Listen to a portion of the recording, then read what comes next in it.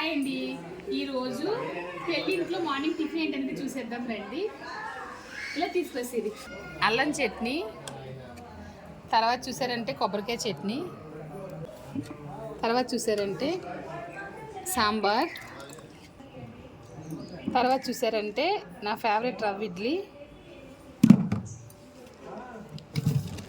తర్వాత చూసారంటే వడ, మినప గారెలు, వాటర్, తర్వాత వచ్చి మంచినీళ్ళు. ఎవరైనా టీ తాగితే కనుక టీ అనమాట, కాఫీ లేదు. వీడియో కోసం పడితే నిజంగా తింటారమ్మా. తిన్నాగా పట్టుకున్నాను. ఇడ్లీ